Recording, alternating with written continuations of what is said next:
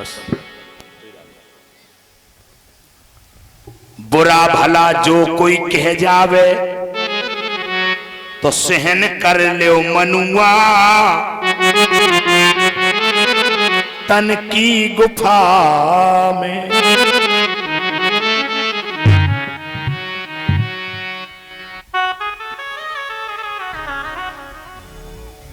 आगे राजा रघुगढ़ भजन करके अपने धाम को जाता है। सुखदेव जी महाराज कहते हैं परीक्षित, आगे चल करके नरकों का वर्णन किया गया। नरकों का वर्णन जब किया गया तो राजा परीक्षित घबरा गए कि महाराज तुम नरकों का वर्णन क्यों कर रहे हो? बोले नरकों से बचने का वर्णन करो। तुम तो नरकई को वर्णन करने लगे। कोई डॉक्टर कहां लगे कि तुम्हें कैंसर हो गया, अब तुम्हारी आंतें फारी जे हैं, पेट फारो जे है, आंतें निकारी जे हैं, और ऐसी बातें करें तो नहीं मरत हो, मरीज तो मर जे। तो महाराज नरकों को वर्णन न करो, नरकन से बचवे को वर्णन करो। तब सुखदेव जी ने कहा कि जो लोग पश्चाताप कर लेते हैं, अगर पाप कर लेते हैं और पाप हो जाए धोखे से, तो फिर उनका प्रायश्चित करो, पश्चाताप करो, तो निश्चित नरक से बच जाओगे। तो महाराज कोई प्रमाण? तो प्रमाण में सुखदेव जी ने अजामिल की कथा कही। कन्नौज नगर में इसे कानकुब्ज पहले कहा करते थे। यहां पर एक अजामिल नाम का ब्राह्मण रहता था और उसने अपनी पत्नी को त्याग दिया था और वेश्या को घर में रख लिया था। 10 बालक उसको पैदा हुए थे। छोटे बालक का नाम नारायण रखा था। किसके कहने से? संतों के कहने से। इसीलिए हम भी कहते हैं बच्चों के नाम रखो तो ऐसे रखो तो कम से कम भगवान का नाम आए मुंह पर, जीभ पर। अगर जिब्या पर भगवान का नाम निकलेगा तो तुम्हारी रसना पवित्र हो जाएगी, और रसना पवित्र हो गई तो तुम्हारा जीवन सुधर जाएगा। नारायण नारायण कहता रहा और उस बच्चे को प्यार करता रहा। और एक दिन जब यमराज के दूत लेने के लिए आए तो उसने नारायण बेटा को याद किया, बेटा नारायण। तो नारायण के दूत आ गए और नारायण के दूतों ने अजामिल को बचा लिया। तो यमराज के दूत पहुंचे, यमराज से बोले महाराज कत सतीन शास्तारो जीव लोकस्य वै प्रभु, हमें जब बताओ तो जीव लोक में, मृत लोक में अच्छे बुरे कर्म करने वाले, फल देने वाले शासक कितने लोग हैं? बोले क्यों? बोले हम जिस पापी को खींच रहे थे उसे बचाने के लिए कोई दो और हमारे जैसे आए और भी बचा ले गए। बोले तो जब बताओ मरने वाला क्या कहता था? तो यमराज के दूत बोले वो मरने वाला नारायण नारायण करके किसी को पुकार रहा था। तब यमराज ने कहा कि कान खोल करके सुन लो, जो लोग भगवान का नाम न ले में उन लोगों को यहां पर लाना, जो लोग भगवान का ध्यान ना करें उन्हें यहां पर लाना। तो भागवत में लिखा है, यमराज बोले जिभ्या न भक्ति भगवत गुण नाम ध्येयम, चेतस न स्मरत चरणार बिंदम, कृष्णाय नो नमति अक्षर एक दापी, ताना नयत्वम कृत सुकृत्य विष्णु कृत्यान। जिसकी जिभ्या भगवान का नाम न लेती हो उसे नरक में लाना, जिसका चित्त परमात्मा के चरणों में, परमात्मा की कथा में न लगता हो उसे नरक में लाना, और जिसके मुख से कभी भी भगवान कृष्ण का नाम न निकला हो उसे नरक में लाना। और अगर एक बार कन्हैया को नाम बाके जीभ पे आ गए हो तो बाके दूर ही से फटकियो, पास में मत आइयो, न हम नहीं जाने तुम जानो, तुम्हारा काम जाने। तो याद रखना मेरे बंधु, सुखदेव जी ने कहा परीक्षित मरते मरते तब जीवन रहे तो कृष्ण कृष्ण कृष्ण कह ले रे मन मोरे, जन्म कोट पाप जाए कट छल में तोरे, जगत बाबरे के संग बाबरो क्यों है रहो, कस करके गोविंद के चरणार बिंद कह ले, कन्हैया कन्हैया पुकारा करेंगे। कन्हैया कन्हैया पुकारा करेंगे। पुकारा करेंगे। कन्हैया कन्हैया पुकारा करेंगे। कन्हैया कन्हैया पुकारा करेंगे।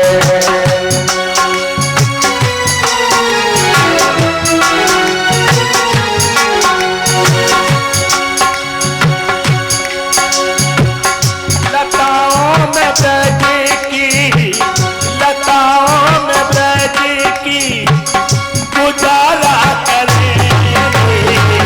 कन्हैया कन्हैया पुकारा करेंगे। कन्हैया कन्हैया पुकारा करेंगे।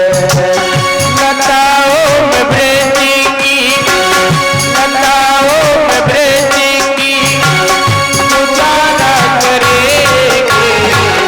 कन्हैया कन्हैया पुकारा करेंगे। कन्हैया कन्हैया पुकारा करेंगे। बोले वाक्य बिहारी लाल की। सुखदेव जी महाराज अजामिल का उपाख्यान सुनाने के बाद फिर अजामिल गंगा पर जाता है, स्नान करता है। अजामिल ने विचार किया। अजामिल ने क्या विचार किया? अजामिल ने विचार किया कि हमने भगवान का नाम नहीं लिया था, हमने तो धोखे में अपने लड़के का नाम लिया था, और लड़के को नाम लेवे से आज भगवान आ गए सामने, बचा लिया। और करके अगर भगवान ही का नाम लेते तो मेरा जीवन धन्य हो जाता। याद रखना मेरे बंधुओं, एक गांव में भागवत हो रही थी। पंडित जी बोले सब लोगों से कोई ना कोई नियम बना ले, और नियम से भगवान को भजन करो तो तुम्हारा कल्याण होइए, और अगर भजन ना कर सको तो कोई काम करो तो वो नियम से करो। तो एक गांव में भैया सब लोगों ने नियम बनाओ, लेकिन एक आदमी नहीं आओ। कौन नहीं आओ? वह गांव को कुम्हार नहीं आओ। गौर करना, एक सेठ था, सेठ, और वो नहीं आया। और जब वो नहीं आया तो उससे सब लोगों ने कहा भैया सबने नियम बनाए, तुम कछु नियम बनाओ। सेठ ने कही तो हम नियम बनाए रहे। बोले का? बोले कुम्हार नहीं आओ। अब बोले ना। बोले तई सो हम नहीं आए थे। बोले अब हम नियम बनाए रहे हैं कि आज से हम कुम्हार के रोज दर्शन करो करिए, रोज कुम्हार के दर्शन करें, जो नियम बने। सब लोग बोले जाको कैसो नियम? सब लोग भगवान के दर्शन करबे की नियम बनाए रहो, सब लोग भगवान को भजन करबे को नियम बनाए रहे, और जो कुम्हार के दर्शन करबे को नियम बनाए रहो। कैसो सेठ है? लेकिन बाने मेरे बंधुओं 1 साल तक नियम बनाया, रोज कुम्हार के दर्शन करे, तब भोजन पानी खान पान करे। एक दिन की बात, कुम्हार माटी खोदने को चलो, और एक पहाड़ पे जाके मट्टी खोद रहा हो तो, और सेठ आए घर में दुकान से। गौर करना मेरे बंधु, तो पत्नी बोली पानी पी लो पानी। बोले नहीं पानी नहीं पिए। बोले पहले हम कुम्हार के दर्शन करें। तो कुम्हार के घर पे गए, द्वारे ठाड़े रहे कि शायद निकरे या बे निकरा था, बे निकरा नहीं निकरो। और जब नहीं निकल दिखानो तो पूछी भाई कहाँ गए? तो पत्नी ने कही तो मट्टी खोदन गए। तो बोले कौन किधर गए? तो पता कर लो कि जिधर गए उसी दिशा में सिर पहुंचा। तो कुम्हार मिट्टी खोद रहा था, और मिट्टी खोदते खोदते में कुम्हार के जहां मिट्टी खोद रहा था वहीं एक घड़ा लेकर आया, और घड़ा में सोना चांदी मोहरें भरी। तो कुम्हार ने एकदम उधर देखा, जहां काऊ को रुपया डरे मिलत है, तो वो रुपया उठात बाद में देखत कोई देखत तो नहीं है हमें। और ऐसे वो घड़ा जैसे ही वह मिलो तो बाने इतने होते देखो निहारो कि कोई देख तो नहीं रहो हमें। और तोले सेठ नजर दिखाई पड़े। सेठ जी ने कहा देख लिया देख लिया। अब सेठ जी ने तो देख लो तो कुम्हार को, और कुम्हार ने जब समझी कि जाने हमें घड़ा देख लो। तो कुम्हार बोलो रुको रुको, अगर देख लो तो रुको रुको। सेठ जी रुक गए। बोले काहे? बोले ऐसा करो 50-50 50-50। सेठ ने की 50-50 क्या मतलब? बोले कि जो हमें घड़ा मिलो है वहां में जितो धन है आधो तुम आओ आधो हम आओ। तो जैसो ही सेठ ने घड़ा देखो जो आधो धन पाओ। सेठ बोले वारे भगवान हमने एक कुम्हार के दर्शन 1 साल तक करे, जो नियम बनाओ, तो आपने मुझे इतनी दौलत दे दी भी नहीं मांगे। और कहूं अगर हम तुम्हारे दर्शन कर भी कोई नियम बनाए लेते, कहूं साल भर हम भगवान के दर्शन करते, तो न जाने क्या ना क्या मिल जाता। याद रखना, उसी दिन से उसने कुम्हार के दर्शन करना बंद कर दिया और भगवान के दर्शन प्रारंभ कर दिए। जब तक भगवान के दर्शन नहीं कर लेता था तब तक भोजन नहीं करता था। यही बात आज यहाँ पर अजामिल सोच रहा है कि अगर मैंने बच्चे का नाम पुकारा और कहीं भगवान का नाम पुकारा होता तो कल्याण हो गया होता। याद रखना, अजामिल ने फिर उसी दिन से गंगा में स्नान करके रेती पर बैठ करके केवल भगवान का ध्यान किया, भगवान को पुकारा, उसका जीवन धन्य हो गया। सुखदेव जी महाराज कहते हैं, परीक्षित आगे चलकर के भगवान ने क्या लीला की? बोले देवताओं को राक्षसों को एक कराने के लिए इन राक्षसों ने दोष लगा दिया कि भगवान तो केवल देवताओं का पक्ष लेते हैं और मेरा नहीं लेते हैं। तब उन्होंने कहा ऐसा नहीं।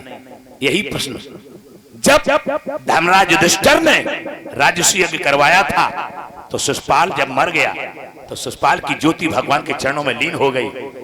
तो युधिष्ठिर ने नारद से किया था कि भगवान के चरणों में ये लीन कैसे हो गया, जबकि भगवान तो राक्षसों को चाहते नहीं।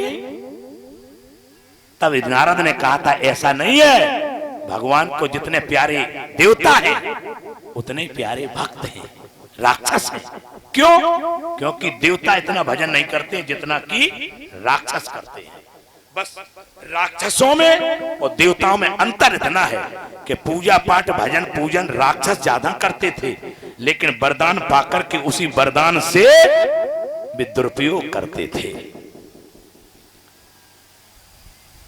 कैसे? तब उन्होंने बताया ऐसे कि एक हिरणाक्ष और हिरण्यकश्यप 2 भाई थे और हिरणाक्ष का वध भगवान बारहा ने किया था। तो बारहा भगवान के द्वारा जब हिरणाक्ष का वध हो गया तो हिरण्यकश्यप को बदला लेने की लगन लग गई। तो भ्रातर एवं बिनहते हरणा क्रोध मूर्तना हिरण्यकश्यप राजन पर्यतप्यत रुषा सोचा। उसने तपस्या करके भगवान के वरदान पाकर भगवान को मारना चाहा। अपनी पत्नी कयाधु को राज सौंप गया। लेकिन याद रखना मेरे बंधुओं, भगवान किसी को जन्म देते हैं तो जन्म देने से पहले उसकी मौत लिख देते हैं कि इसको मरना कैसे है।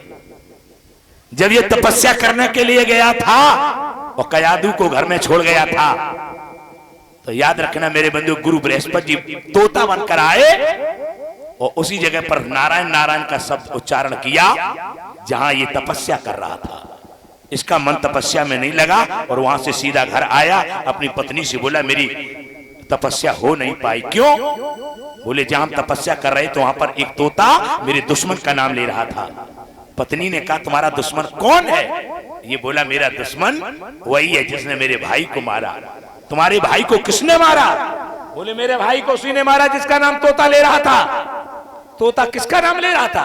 बोले तोता मेरे दुश्मन का नाम ले रहा था। बोले तो तुम्हारा दुश्मन कौन है? जिसने मेरे भाई को मारा। अब गौर करना, रानी तो हिरण्यकश्यप बोला, वो तोता नारायण नारायण नारायण नारायण नारायण कहता था। जैसे नारायण नारायण का शब्द लिया, नाम लिया, तो याद रखना मेरे बंधु, नारायण नाम लेने से उसका शरीर पवित्र हो गया। रानी ने 108 बार नाम लिखवाओ। खाना बना के ले आई, खाना परस दो, खाना खान चलो। सोई फिर कान लगी रानी के, कह वो तोता का काट तू। बोले नारायण नारायण। थोड़ी देर में जब लेटन चले तो सोए से पहले कान का तोता का काट तू। बोले नारायण नारायण।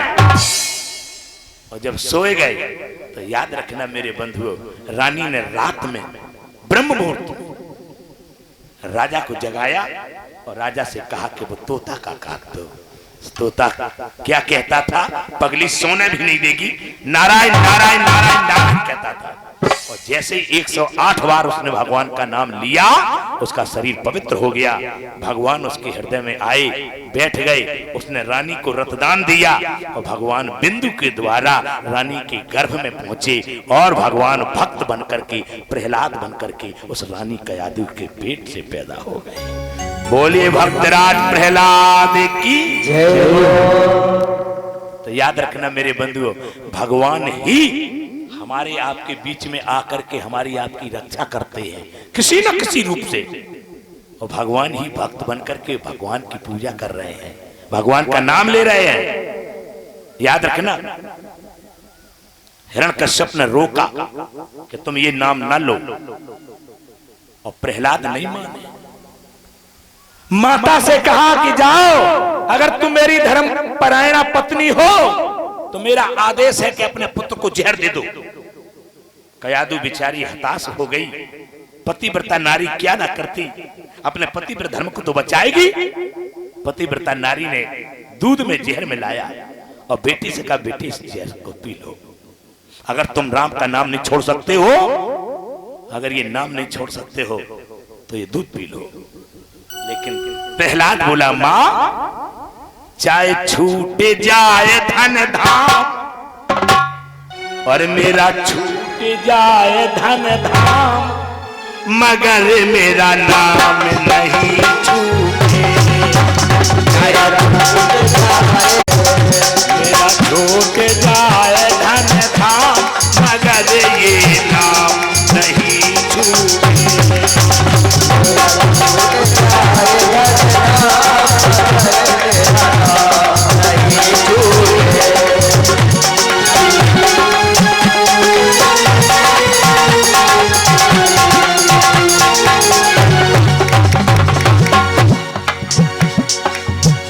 चाहे छूट जाए ये चाम,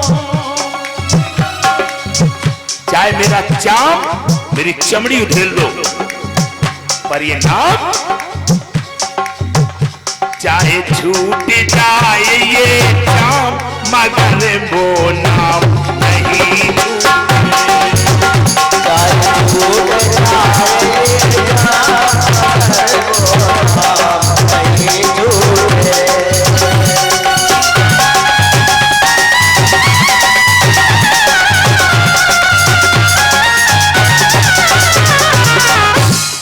याद रखना मेरे बंधुओं, आज प्रहलाद ने कहा कि मां मुझे दूध पिला दो, और दूध पिलाया गया। और जैसे दूध पिलाया गया, भगवान ने शंकर से कहा, जाओ दूध बच्चा को पियन दियो, जहर जहर तुम पी लीजियो। शंकर जी गए, कटोरा में लग करके जहर को पान कर लेते हैं और दूध बचा, सो प्रहलाद पान कर गए। नहीं मरा। जब नहीं मरा तो प्रहलाद का दिमाग, वो हिरण्यकश्यप का दिमाग बिगड़ गया। हिरण्यकश्यप ने प्रहलाद को मारने का पूरा प्रयास किया। कहां काल कोठरी में बंद किया, सांप ढिलवाए, सांप ने फुसकार तक नहीं मारी। वहां से निकाल करके आज समुद्र के पहाड़ से नीचे फेंकवाया, समुद्र में फेंकवाया। हम कहां तक कहें मेरे बंधुओं, समय नहीं है इसलिए, नहीं तो और बताते। अंतिम बात कहते हैं, जहां जहां पर कष्ट दिया बेटा को प्रभु ने प्रबंध कर डाला है, और जिसका राघव रखवाला है उसे कौन मारने वाला है। चल भाई। और भगवान ने उसका पग पग पर बचाने का पूरा कार्य किया। एक दिन, अब आप लोग सोच रहे हो कि जामे भागवत में ढुंडा जो हिरण्यकश्यप की बहन थी, उसे शीतला चीर मिला था। मां भवानी जगदम्बा ने उसे प्रसाद में आशीर्वाद रूप में दिया था और कहा था कि इसे ओढ़ करके तुम अग्नि में भी चली जाओगी तो जल नहीं पाओगी। उसी से उसे जलाने का भी प्रयास किया गया। ढुंडा ने प्रहलाद को जलाने का प्रयास किया, लेकिन आदि पुराण में, भागवत में तो लेख ही नहीं है, बृहदनारदी पुराण में लेख है कि ढुंडा ने जलाने का प्रयास किया। लेकिन आदि पुराण को हमने उठाकर देखा तो आदि पुराण में लेख मिला कि ढुंडा ने जलाने का प्रयास नहीं किया, बल्कि उस बच्चे को बचाने का प्रयास किया। ढुंडा ने सोचा कि हमने न जाने कौन से कर्म किए होंगे जो मेरा पति मारा गया, मैं विधवा हो गई। इस जन्म में ढुंडा के पति का नाम था दुंदुभी नाथ। क्या नाम था? दुंदुभी नाथ। शंकर जी के गणों के द्वारा ये मारा गया था, क्योंकि शंकर जी के भक्त को इसने शेर बनकर खा लिया था। ये किसी भी जानवर का रूप धारण कर सकता था। तब शंकर जी ने अपने गणों के द्वारा इसके खाल उधरवाई, वही खाल से मृग छाला बनवा करके स्वयं शंकर जी ने धारण किया, वासनी बनाई उसकी।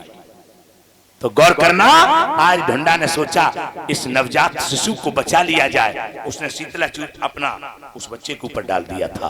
इसीलिए आज फागुन की पूर्णिमा के दिन आज भी होली माता की जय बोलते हम आप। होली बुआ की, होलिका बुआ की जय। काय बोला जय? कि उन्होंने हमारे भक्त की रक्षा कर दी थी, इसलिए।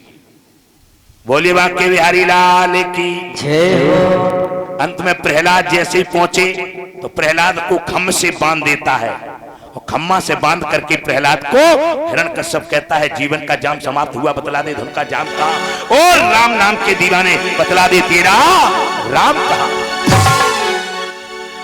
तो प्रहलाद का बोले मेरो राम नाम प्यारो,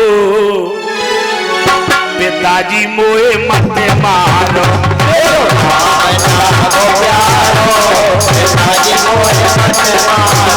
मेरो राम नाम प्यारो, पिताजी मोए मत मारो। मेरो राम नाम प्यारो, पिताजी मोए मत मारो।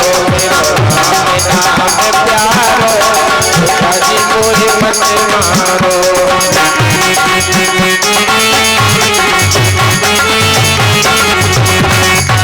और क्या कहा? एक दिन की बात पिताजी पर्वत से भिगवाओ। एक दिन की बात पिताजी पर्वत से भिगवाओ। एक दिन की बात पिताजी पर्वत से भिगवाओ। एक दिन की बात पिताजी पर्वत से भिगवाओ। मैं तो कुआं से बचे आयो, पिताजी मोए मत मारो। मैं तो कुआं से बचे आयो, पिताजी मोए मत मारो। बचे आयो, पिताजी मोए मत मारो। मैं तो कुआं से बचे आयो, पिताजी मोए मत मारो। पिताजी मोए मत मारो। राम नाम प्यारो, पिताजी मोए मत मारो। मेरो राम नाम प्यारो, पिताजी मोए मत मारो। अब जैसे कहा कि मुझे प्रहलाद राम मेरा व्यापक सारे संसार में है, हम में है, तुम में है, हम में है, और आपकी तलवार में है। हिरण्यकश्यप बोला क्या खम में है? अब प्रहलाद ने कही जाने है कि नहीं है, लेकिन प्रहलाद का जब विश्वास टूटने लगा तो भगवान ने कही वैसे तो खम में नहीं है, लेकिन क्या बताऊं, प्रेम शैतान को इंसान बना देता है, और प्रेम पत्थर को भी भगवान बना देता है। प्रेम पत्थर को भी भगवान बना देता है। प्रेम पत्थर को भी भगवान बना देता है।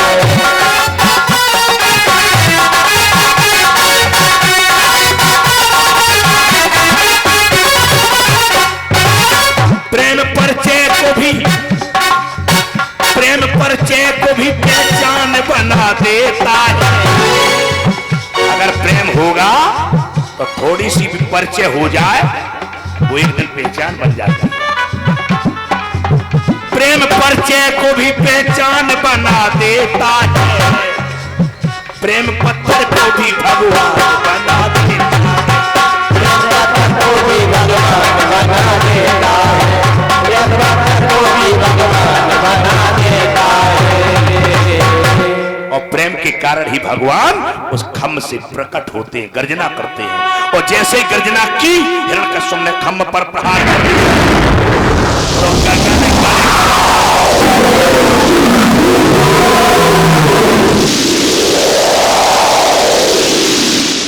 गगन गड़गड़ानो खम फाटो चरचराए निकसो नर नाहर को रूप अति भयानो है। बोलिए नरसिंह भगवान की जय हो। कैसा रूप है? नर नाहर, नर और नाहर। न नर है न तो पूरो नर है और न पूरो नाहर है, और नरऊ है और नाहरऊ है। तो हिरण्यकश्यप ने देखा कि ये है कैसा? न नर न मृग, अहो किमेंद्र मृगेंद्र रूपम। कैसा रूप लेकर आया? पर इसे क्या पता है कि मैं वरदानी हूं। और ये ब्रह्मा से वरदान पाकर आया था कि न नीचे मरे, न ऊपर मरे, न भीतर मरे, न बाहर मरे, न दिन में मरे, न रात में मरे, न जिंदा से मरे, न मुर्दा से मरे, न काऊ महीना में मरे। चैत बैसाख जेठ आषाढ़ सावन भादो क्वार कतगन पुष माह फागुन। ब्रह्मा ने कह दी जाओ एवं मस्तु ऐसा ही होगा। तो जो तो जा घमंड में है तो कि हम मरे ही नहीं कहूं। भगवान ने 2-4 हाथ दिखाए पर कौन देखे भी बाल हुआ। तो नरसिंह को रूप देख के एक ही गर्जना में सबके सब भाग गए। जितने वहां पर खड़े थे सब भाग गए। वे तो प्रहलाद भाग जाते, प्रहलाद तो बंद ही खम्मा से तासु भाग नहीं पाए। प्रहलाद बेचारे खड़े हैं और हिरण्यकश्यप से भगवान ने युद्ध किया और युद्ध करके उन्हें घुटनों पर पछाड़ लिया। और घुटनों पर मेरे बंधु पछाड़ करके अब बोले और देहरी पे बैठ के गोदी में पराए और अब बोले कि अब बोलो, मार दिया जाए या छोड़ दिया जाए, बोल तेरे साथ क्या। मार दो जाए क्या छोड़ दो जाए? हिरण्यकश्यप बोलो तुम मारा ही नहीं पे हो। बोले काय? बोले हमने वरदान मांगे हैं। कौन कौन मांगे? सबरे गिनाओ एक ही दाएं में।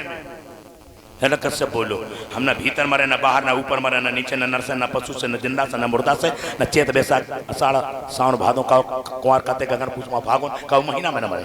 अच्छा बोले हाँ। भगवान बोले सुनो, न तुम ऊपर हो और न नीचे हो, बीचों बीच गोदी में हो। न भीतर हो न बाहर हो, बीचों बीच देहरी पे हो। न दिन है न रात है, संध्या का समय है। न हम नर हैं न पशु हैं, हम दोनों।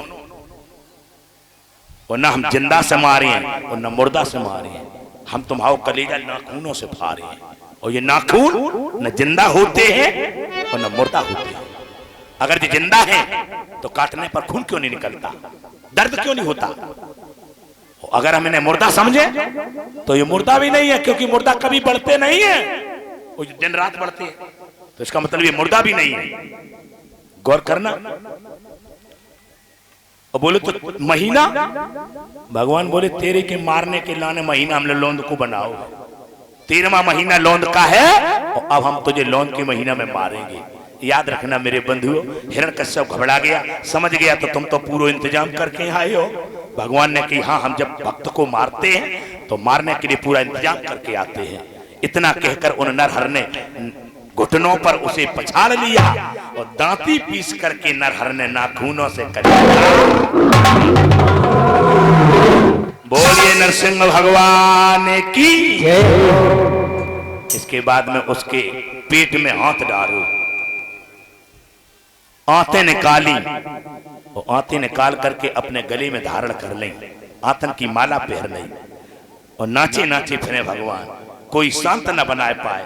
लक्ष्मी जी आई, उन्होंने शांत नहीं बना पाओ। तब ब्रह्मा जी ने प्रहलाद को छोड़ो बेटा तुम जाओ। और जैसे ही प्रहलाद सामने गए तो प्रहलाद को देख करके भगवान की आंखों में आंसू आ गए। छोटे से नन्हे से सुकुमार बालक ने मेरे नाम को नहीं छोड़ा, अपने पिता को छोड़ दिया। भगवान ने भक्त को गोद में ले लिया और बार बार कहने लगे प्रभु, बोले प्रभु प्यारे प्रिय कोमल तिहारे अंग असुर ने मारे मम नाम एक गाने में। गिरते गिराए पुन जल में डुबायो हाय और अग्न ते जरायो कमी राखी ना सताने में।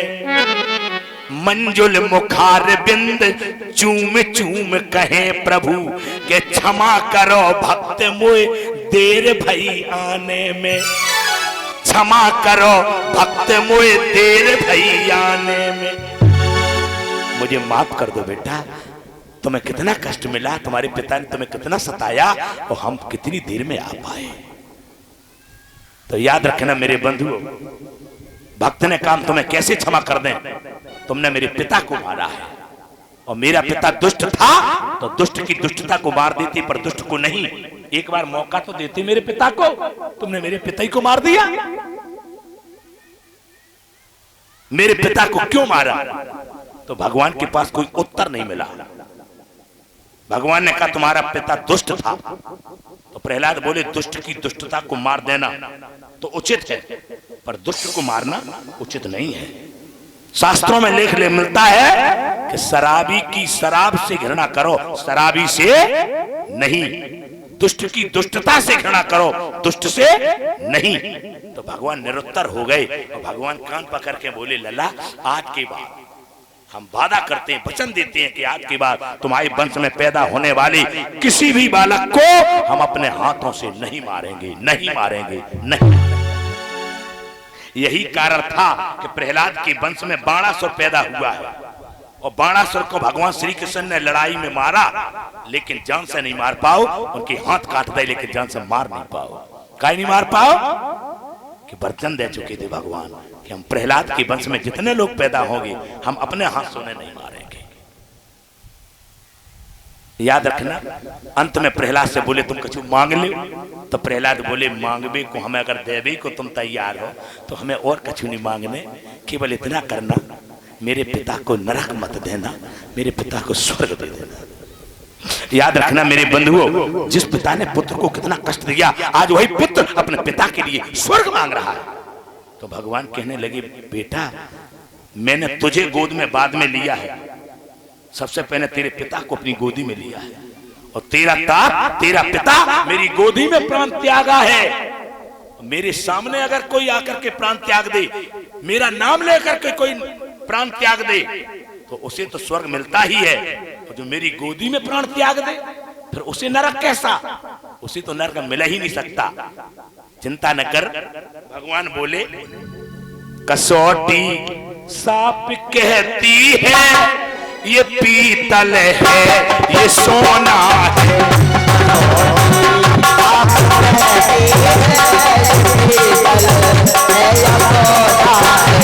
कसौटी साप कहती है ये पीतल है ये सोना है।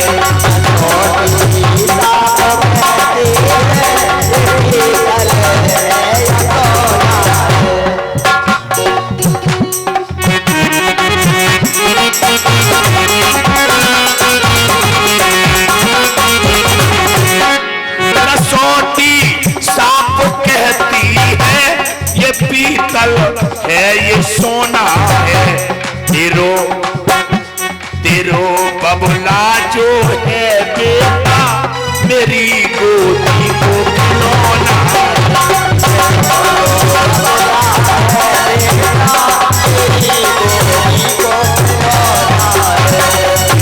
बबुला जो है बेटा मेरी गोदी को खिलौना है।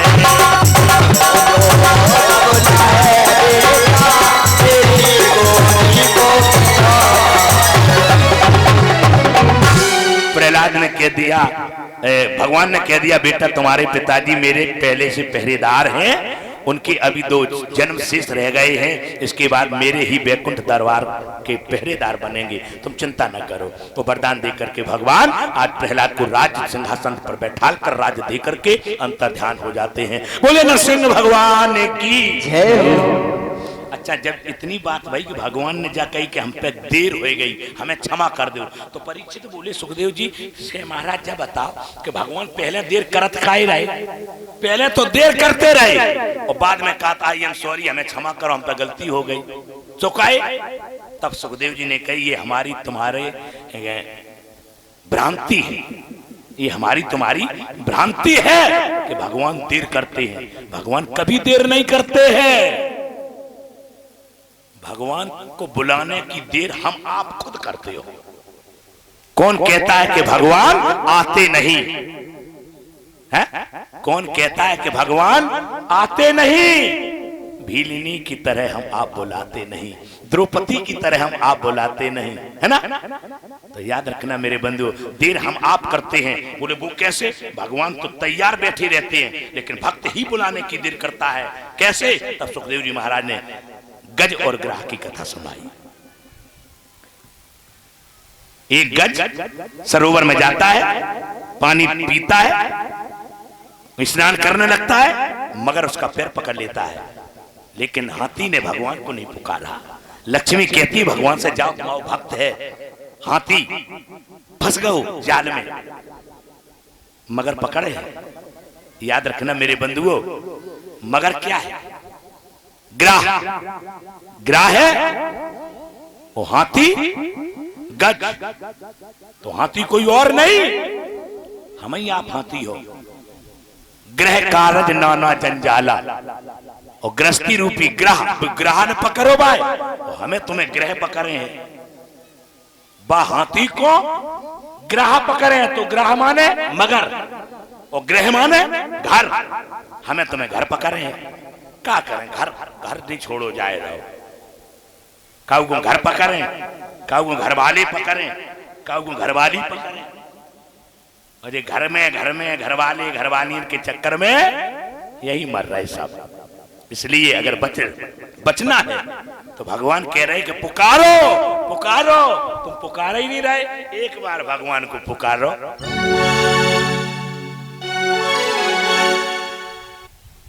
मेरी भी टेर सुन लो,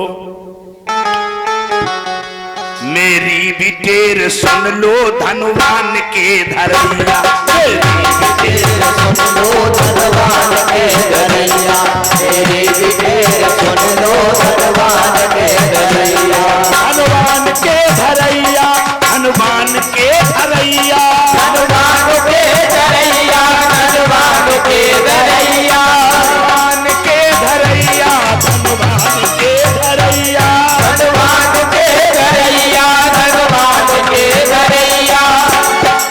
भूभार मेरा हर लो, सिर भार मेरा भर लो धनवान के धरैया। सिर भार मेरा हर लो धनवान के धरैया, सिर भार मेरा हर लो भूभार के हरैया। सिर भार मेरा हर लो भूभार के हरैया। वहां पर गजराज ने पुकारा और भगवान दौड़े चले आए और ग्रह का बंधन काट करके मार कर और गज को उबार लिया और गज को स्पर्श कराया, तो दिव्य रूप धारण करके वो अपने धाम को चला गया। याद रखना मेरे बंधुओं, ये मगर जो था वे हुहू नाम का गंधर्व था। देवल ऋषि का पैर पकड़ने से उन्होंने श्राप दे दिया था कि तू मगर की तरह मेरा पैर जल में पकड़ रहा है, तो जाओ हम तुम्हें श्राप देते हैं कि तुम मगर हो जाओ। इसलिए वो हुहू नाम का गंधर्व मगर बन गया था। और इंद्रधुम्न नाम का राजा जो था वो मलयाचल पर्वत पर बैठा तपस्या कर रहा था। अगस्त मुनि को आकर उसने प्रणाम नहीं किया। अगस्त मुनि ने आकर के इनको श्राप दे दिया कि तू हाथी की तरह मदमदान बना बैठा है, जा तुझे हम श्राप देते कि तू हाथी हो जा। वो हाथी हो गया था। आज भगवान ने उन दोनों का उद्धार कर दिया। समुद्र मंथन होता है, समुद्र निकाल करके देवताओं को पिलाया गया। राक्षसों में केवल राहु नाम की राक्षस ने समुद्र का वो अमृत पान कर लिया। गौर करना, राहु ने राक्षसों की संगति और राक्षसों की पंगति छोड़ दी और देवताओं की पंगति में आ गया। तो जानते हो उस राहु को अमृत पीने को मिल गया। और राहु आज दो भागों में बट गया, राहु और केतु। तो आज भी समाज में उसकी पूजा हो रही। तो इस समुद्र मंथन की कथा से मैं तुमसे निवेदन करना चाहता हूं कि राक्षसों की संगत छोड़ो और देवताओं की संगत में बैठो। राक्षसों की पंगत छोड़ दो और देवताओं की पंगति में बैठ करके आनंद ले, तो तुम्हारी पूजा होने लगेगी। बोलो वृंदावन बिहारी लाल की जय हो। अच्छा, एक बात। दूसरी बात, समुद्र मंथन में क्या हुआ? समुद्र मंथन जब हुआ तो भगवान ने दो परिवारों को एक किया। एक कौन? दो परिवार, एक राक्षस और देवता। दोनों को एक कराया, और जब एक कराओ तो समुद्र मंथन में सबसे पहले कार्य करो जहर। हमारा आपका भी परिवार, हमारे आपके घर में परिवार में फूटन होती है, खान पियन नहीं होता है, और जब परिवार में भाई भाई को मिलाया जाता है, खान पियन कराया जाता है, तो सबसे पहले कार्य करा जहर। जब हम आप बैठोगे तो मंथन होगा, भाई क्या विचार करो, काय पे लड़ाई भई थी, का तुमने कही थी, गलती स्वीकार करो, आज के बाद ऐसी गलती नहीं होनी चाहिए, चलो हम तुम्हारे यहाँ हैं। तो सबसे पहले जहर निकलत तो घर में दिल में जो बसा है जहर, तुम्हारी प्रत हमारे हृदय में, और हमारी प्रत तुम्हारे हृदय में, जो जहर बसा होगा पहले वो जहर निकलेगा, और जब जहर निकल जाता है तभी मेरे बंधु अमृत का नंबर आता है। बोलो वृंदावन बिहारी लाल की जय। इन कथाओं से हमें आपको अपने जीवन में सुधार लाना चाहिए, अपने घर परिवार को इसी कथा के माध्यम से सुधार लेना चाहिए। इनके बाद चंद्रवंश का वर्णन करते हैं, सूर्यवंश का वर्णन करते हैं, लेकिन सूर्यवंश में भगवान राम का जन्म होता है। एक छुआकु ग्रहणता सुता तस् पुत्र सप्त ज्येष्ठा पे कुक्षीन में दंड का, ऐसा भागवत में लिखा है। एक छुआकु के 100 बेटे पैदा हुए, उनमें से 3 बेटा बड़े हैं। कौन कौन? बिकुक्षी, निमि और दंडक। और बिकुक्षी के वंश में भगवान राम का जन्म होता है, निमि के वंश में सीता का जन्म होता है, और दंडक का कोई वंश नहीं चला, क्योंकि दंडक के नगर पर पत्थर पड़ गए थे, इसलिए उनको नगर वन के रूप में परिणत हो गया। दंडकारण्य जिसे कहते दंडक वन, पंचवटी। राम की भी कथा सुनाई उन्होंने। राजा दशरथ की 3 रानियां थी, कोई संतान नहीं थी, पुत्रेष्ट यज्ञ करवाया और 4 पुत्र पाए। राम की कथा यहां में है नहीं, हाँ 2 अध्यायों में केवल वर्णन लिखा है कि इनके जी भाई, इनके जी भाई, इनके जी भाई, इनके जी भाई। और अगर हम वर्णन की वंशावली उठाए ले तो बात से कछु कल्याण तो होने नहीं कहा। तो ये कथा वंशावली है, इसे छोड़े हम समय को देखते हुए कन्हैया का जन्म करवाना चाहते हैं, हम कृष्ण जन्म पर पहुंचते हैं। गौर करना, सुखदेव जी ने चंद्रवंश का वर्णन किया। चंद्रवंश में भगवान और ये याति के एक यदु नाम का बालक हुआ है। ययाति के 5 पुत्र थे, एक पत्नी से 2 और एक पत्नी से 3।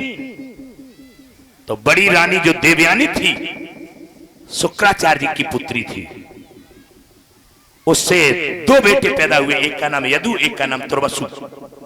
तो यदु से यदुवंश चला है। और छोटी रानी से जो अनु, दुयु और पुरु, तो नीचे छोटे बेचा सा है, पुरु से पुरुवंश चला है।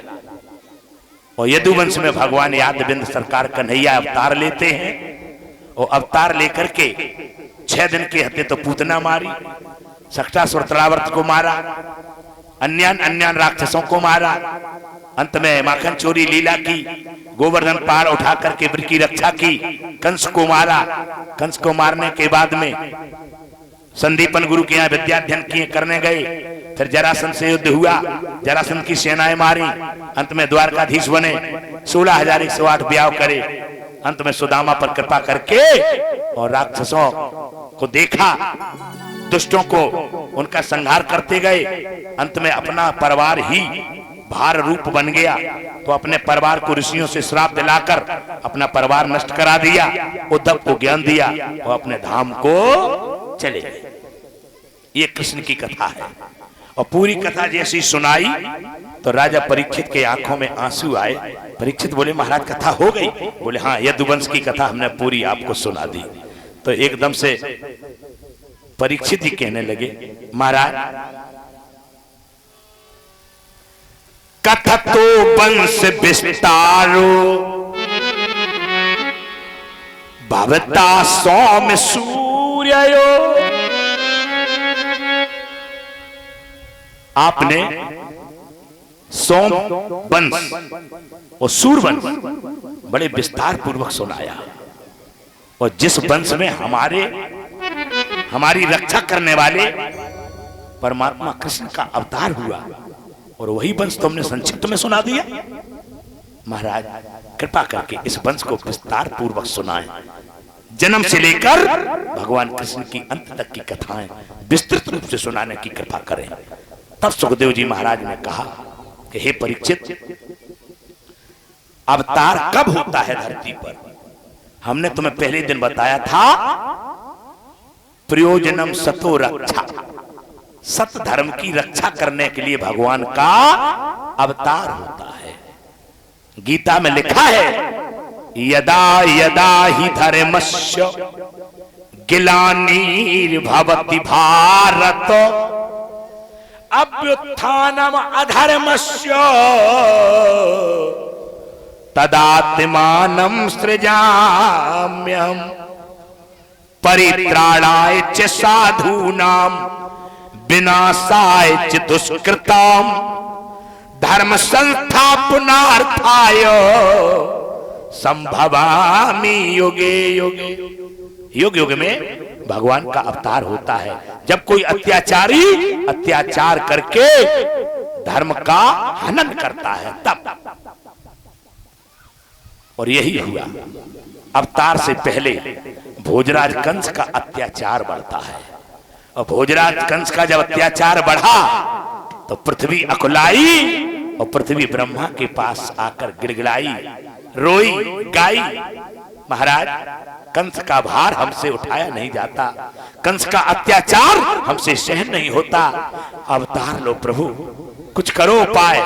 तो ब्रह्मा जी विष्णु के पास गए, विष्णु शंकर के पास गए, तीनों देवता विचार करते हैं। तब ब्रह्मा से कहते हैं, हे ब्रह्मा, तुमने कंस को वरदान दिया है, कंस पूर्व जन्म में काल नेम था और इसे तुमने वरदान दिया है कि विष्णु की ताकत कुछ नहीं कर पाएगी तुम्हारा, और वही काल नेम आज कंस बनकर आया है। अब इसे मारने के लिए हमें आपको गोलोक धाम चलना होगा।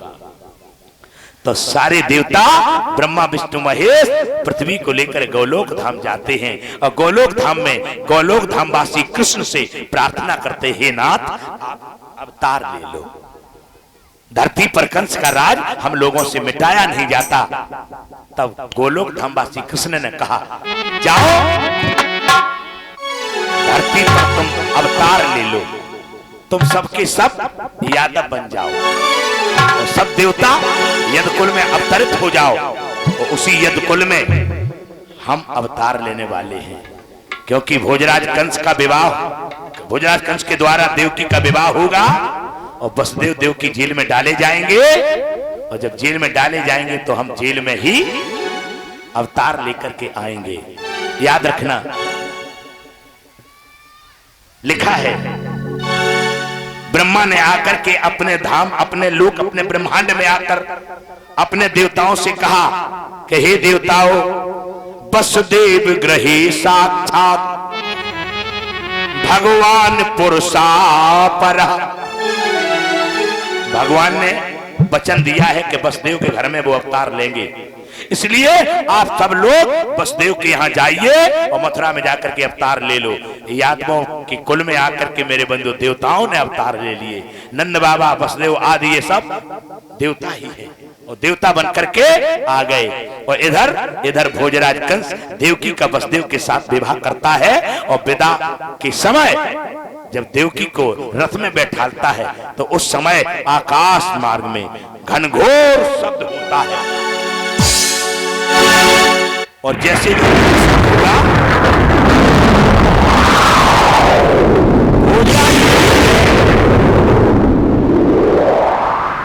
उस शोरगुल को सुना, और सुनकर के फिर पीछे आया और वाणी सुनता है। वाणी क्या देते हैं? देववाणी।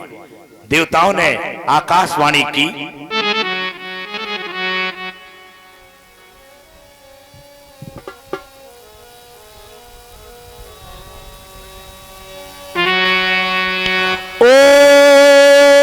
कंस कंस मत फूल बहुत,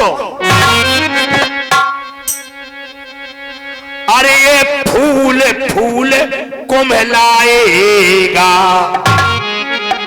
और विश्वास रहे यही फूल तुझको तो धूल में मिलाएगा।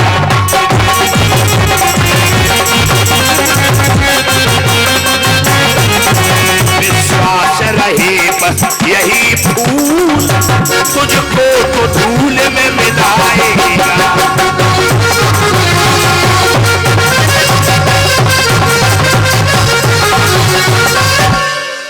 जिस बहन देवकी को इतनी खुशहाली से पहुंचाता है और इसके ही पेट में रे पापी तेरा ही काल मुस्क्याता है।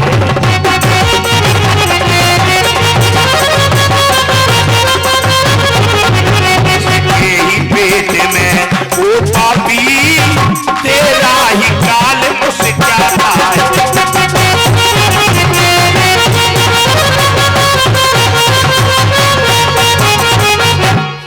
यस्याष्टमो गर्भो हन्तेयां वैसावुदा। इसी देवकी का अष्टम गर्भ तेरा काल होगा, काल होगा, काल। ये आकाशवाणी जैसी सुनी तो कंस का मस्तक चकरा गया। कंस ने अपनी बहन के केस पकड़े और नीचे रथ के डालकर और तलवार निकाल करके मारने को तैयार होता है। बहन बोली, भैया हमारा अपराध क्या है, हमारी गलती क्या है? कंस बोला कि तुझे सुनाई नहीं दिया, तेरे पेट से मेरा काल पैदा होने वाला है। रहे बांस न बजे बांसुरी, उखाड़ूंगा अभी जड़ को तो बढ़ेगी डाल फिर कैसे, न होगी देव की जग में तो होगा लाल फिर कैसे। जब लाल ही नहीं होगा तो मेरा काल कहां से होगा, इसलिए हम तुझे मारने जा रहे हैं। वसुदेव ने आकर के बचाना चाहा, वसुदेव ने कहा भैया इसे ना मारो। तो वसुदेव से बोले कंस के तो तुम ही मर जाओ, आ जाओ हम तुम्हें मार दें। वसुदेव ने कहा हाँ हमें मार दो, हमें मार दोगे तुम्हारी बहन विधवा हो जाएगी और जब विधवा हो जाएगी तो तुम्हारी बहन पुत्र पैदा नहीं कर पाएगी। हाँ बात तो खैर सही है, लेकिन कौन ऐसी पत्नी हो जो अपने पति को मरवा दे? देवकी कहती नहीं नहीं नहीं, अगर ऐसी बात है तो इन्हें न मारो हमें मारो। वसुदेव कह रहे इन्हें न मारो हमें मारो। तब कंस ने कही जल्दी बताओ हम किन्हें मारें? तब वसुदेव बोले कि न इन्हें मारो और न हमें मारो, हम प्रतिज्ञा करते हैं, मैं प्रण पूर्वक कहता हूं मैं मोह विसर्जन कर दूंगा और जो भी इससे संतति होगी वो तुम्हें समर्पित कर दूंगा। जो भी इससे संतानें होगी वो हम तुम्हें सौंप देंगे, तुम उन संतानों को मारते रहना, देवकी को छोड़ दो। याद रखना मेरे बंधुओं, आज वसुदेव की बात सुनकर वसुदेव ने सोचा कि हाल की देखो बाद की ना देखो। हम आपका देखत हो, हम आप आगे की सोचत और पीछे की सोचत। आगे की देखे चाहत के हाय आगे कछु भविष्य बन जाए, मेरो भविष्य बन जाए, और पीछे बिगाड़ लो ताकि सोच रहे हैं अब क्या करें। लेकिन संकेत देता है शास्त्र, न पीछे की सोचो न आगे को विचार करो, हाल को देखो। भविष्य को अगर तुमने बना लिया, वर्तमान को बना लिया तो भविष्य अपने आप बन जाएगा।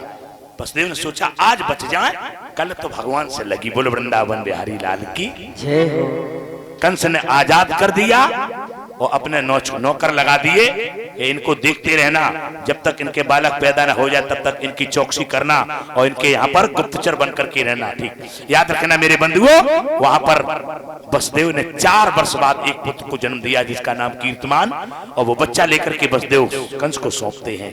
कंस उस बच्चे को मारता नहीं है, कहता है हम इस बच्चे को क्यों मारे, निष्कारण इसे न मारूंगा, ले जाओ इसका सुख पाना और 8वां बालक जब पैदा हो उसे यहाँ पर ले आना। वसुदेव जी लेके बच्चा जैसे ही चले सो वहां पर देवर्षि नारद श्रीमन